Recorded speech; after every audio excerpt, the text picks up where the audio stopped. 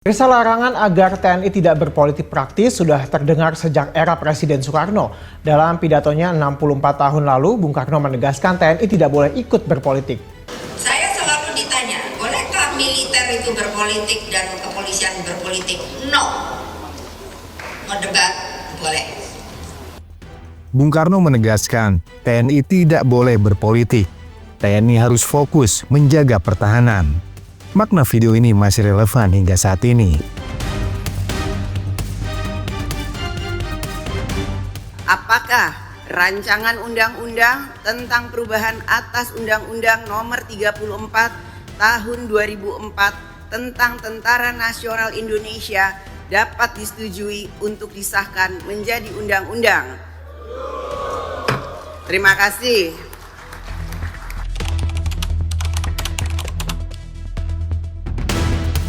Dalam video pemerdekaan Republik Indonesia ke-8 pada 17 Agustus 1953, Bung Karno memahami politik praktis TNI akan merusak kestabilan, pertahanan, dan politik. Bung Karno menegaskan TNI tidak boleh berpolitik, TNI harus fokus menjaga pertahanan. Makna video ini masih relevan hingga saat ini.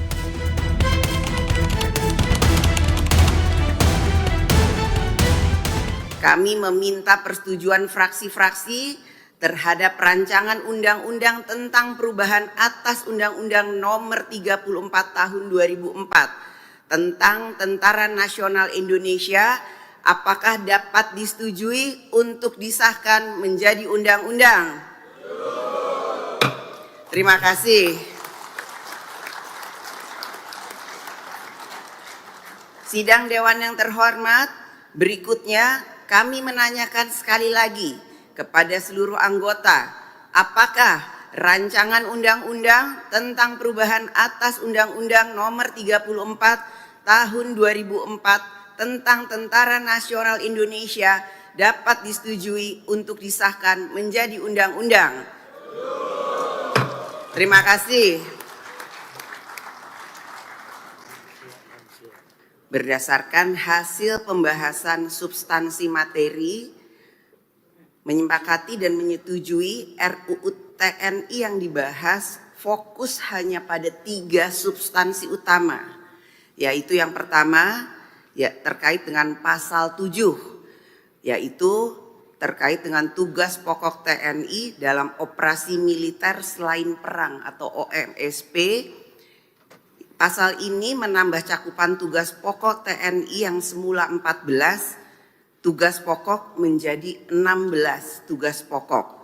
Penambahan 2 tugas pokok dalam OMSP tersebut meliputi membantu dalam upaya menanggulangi ancaman pertahanan cyber dan membantu dalam melindungi dan menyelamatkan warga negara serta kepentingan nasional di luar negeri.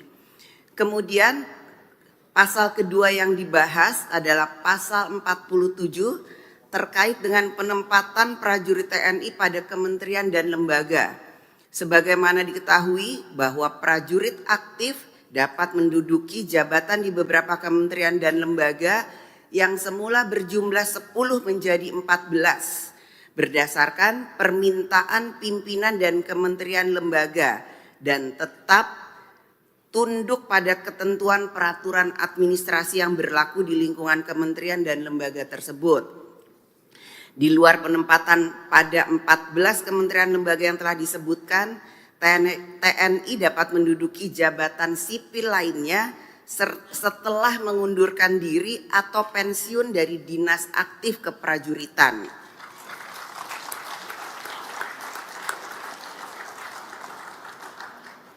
Pasal ketiga yang kemudian menjadi fokus pembahasan adalah mengenai penambahan masa dinas keprajuritan. Tadi disampaikan oleh Ketua Komisi 1, ini adalah masalah keadilan. Pada pasal ini mengalami perubahan masa bakti prajurit. Masa dinas yang semula diatur sampai usia paling tinggi 58 tahun bagi perwira dan 53 tahun bagi bintara dan tantama mengalami penambahan sesuai dengan jenjang kepangkatan. Karenanya kami bersama pemerintah menegaskan bahwa perubahan Undang-Undang Nomor 34 Tahun 2004 tentang Tentara Nasional Indonesia tetap berlandaskan pada nilai dan prinsip demokrasi, supremasi sipil, hak asasi manusia, serta memenuhi ketentuan hukum nasional dan hukum internasional yang telah disahkan.